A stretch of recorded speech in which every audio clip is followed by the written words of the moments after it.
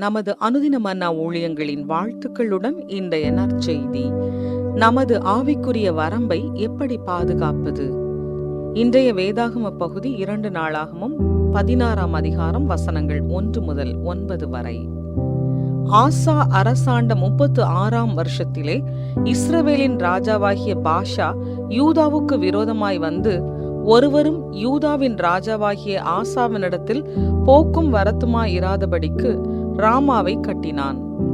அப்பொழுது ஆசா கர்த்தருடைய ஆலயத்திலும் ராஜாவின் அரமனையிலும் உள்ள பொக்கிஷங்களிலுள்ள வெள்ளியும் பொன்னும் எடுத்து தமஸ்குவில் வாசம் பண்ணுகிற பென்னாதாத் என்னும் சீரியா ராஜாவினிடத்துக்கு அனுப்பி, எனக்கும் உமக்கும் என் தகப்பனுக்கும் உம்முடைய தகப்பனுக்கும் உடன்படிக்கை உண்டே. இதோ வெள்ளியும் பொன்னும் உமக்கு அனுப்பினேன். இஸ்ரவேலின் ராஜாவாகிய பாஷா என்னை விட்டு விலகி போகும்படிக்கு நீர் வந்து அவனோடு செய்த உடன்படிக்கையை தள்ளி போடும் என்று சொல்லி அனுப்பினான்.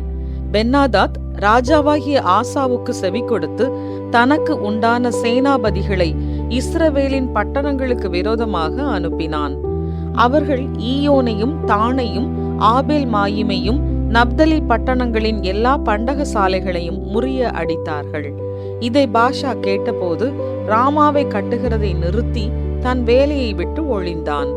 அப்பொழுது ராஜாவாகிய ஆசா யூதா அனைத்தையும் கூட்டிக் கொண்டு போய் பாஷா கட்டின ராமாவின் கற்களையும் அதன் மரங்களையும் எடுத்து வந்து அவைகளால் கேபாவையும் மிஸ்பாவையும் கட்டினான்.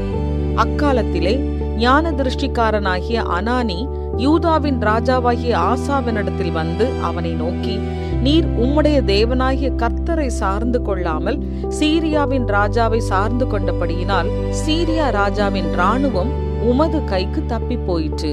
மிகவும் ஏராளமான ரதங்களும் குதிரை வீரரும் உள்ள எத்தியோப்பியரும் லூபியரும் மகா சேனையாயிருந்தார்கள் அல்லவா? நீர் கர்த்தரை சார்ந்து கொண்ட போதோவெனில் அவர்களை உமது கையில் ஒப்பு கொடுத்தாரே. தம்மை பற்றி உத்தம இருதயத்தோடு இருக்கிறவர்களுக்கு தம்முடைய வல்லமையை விளங்க பண்ணும்படி கர்த்தருடைய கண்கள் பூமி எங்கும் ஊலாவிக் கொண்டிருக்கிறது. இந்த விஷயத்தில் மதியில்லாதவராய் இருந்தீர். ஆகையால் இது முதற்கொண்டு உமக்கு யுத்தங்கள் நேரிடும் என்றான். குறிப்பு வசனம்: தம்மை பற்றி உத்தம இருதயத்தோடு இருக்கிறவர்களுக்கு தம்முடைய வல்லமையை விளங்க பண்ணும்படி கர்த்தருடைய கண்கள் பூமி எங்கும் உலாவிக் கொண்டிருக்கிறது. 2 நாளாகமும் 16:9. ராக்கி திரைப்படங்கள் ஒரு குத்துச்சண்டை வீரரின் கதையை சொல்கிறது. ஒருபோதும் தளராத உறுதியால் உந்தப்பட்ட ஒரு குத்துச்சண்டை வீரர் சாத்தியமில்லாத முரண்பாடுகளை முறியடித்து எப்படி ஹெவிவெய்ட் சாம்பியன் ஆனார் என்பதை இப்படம் சொல்கிறது. ராக்கி திரைப்படத்தின் 3ஆம் பாகத்தில் வெற்றியடைந்த ராக்கி தனது சொந்த சாதனைகளால் பெருமிதம் கொள்கிறார். தொலைக்காட்சி விளம்பரங்கள் அவரின் உடற்பயிற்சி நேரத்தை வீணாக்கின. அதன் விளைவாய் அவருடைய எதிர் வீரரின் மூலம் குத்துச்சண்டையில் தோல்வியை தழுவுகிறார் ராக்கி. அவர் தனது சண்டை திறனை மீண்டும் பெற்று தன்னுடைய பழைய நிலைக்கு எவ்வாறு வருகிறார் என்பதை படத்தின் மீதி கதை. ஆவிக்குரிய அர்த்தத்தில் சொல்ல வேண்டுமாகில், யூதாவின் ராஜா ஆசா தனது போரிடும் திறனை இழந்துவிட்டான். தனது ஆட்சியின் ஆரம்பத்தில் அவர் பெரும் சவால்களை எதிர்கொண்ட போது தேவனை சார்ந்திருந்தார். வலிமை மிக்க கூஷியர்கள் தாக்க தயாரான போது, எங்கள் தேவனாகிய கர்த்தாவே, எங்களுக்கு துணை நில்லும், உம்மை சார்ந்து உம்முடைய நாமத்தில் இந்த பெரும் சேனைக்கு விரோதமாக வந்திருக்கிறோம் என்று ஆசா ஜெபித்தான். தேவன் அவனுடைய ஜெபத்திற்கு பதிலளித்தார். யூதேயா தேசம் அவர்களுடைய எதிரிகளை மேற்கொண்டது. பல ஆண்டுகளுக்கு பிறகு யூதேயா மீண்டும் அச்சுறுத்தப்பட்டது. இம்முறை ஆசா தேவனை புறக்கணித்து ஆராமின் ராஜாவிடம் உதவி கேட்டான். அது அவனுக்கு நன்றாக தோன்றியது. ஆனால் தேவனுக்கு அது பிரியமாக இல்லை.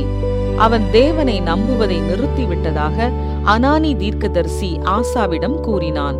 அவன் ஏன் முன்போல் இப்போது தேவனை நம்பவில்லை? நம் தேவன் முற்றிலும் நம்பகமானவர். அவருடைய கண்கள் தம்மை பற்றி உத்தம இருதயத்தோடு இருக்கிறவர்களுக்கு தம்முடைய வல்லமையை பூமி எங்கும் விளங்க பண்ணும்படி உலாவிக் கொண்டிருக்கிறது. நாம் முற்றிலும் தேவனை சார்ந்து கொண்டு நம்முடைய ஆவிக்குரிய முனையை சரியாய் வைத்திருக்கும் போது அவருடைய வல்லமையை நாம் உணரலாம். உங்களுக்கு வயதாகும் போது உங்கள் பரலோக தகப்பனை நம்புவது எளிதானதா அல்லது கடினமானதா? அது ஏன் என்று நினைக்கிறீர்கள்? தேவன் உங்கள் நம்பிக்கையை எவ்வாறு பலப்படுத்தலாம்? அன்பான இயேசுவே, நான் ஒவ்வொரு நாளும் உம்மை சார்ந்து உம்மில் இளைப்பாற எனக்கு உதவி செய்யும். ஆமென்.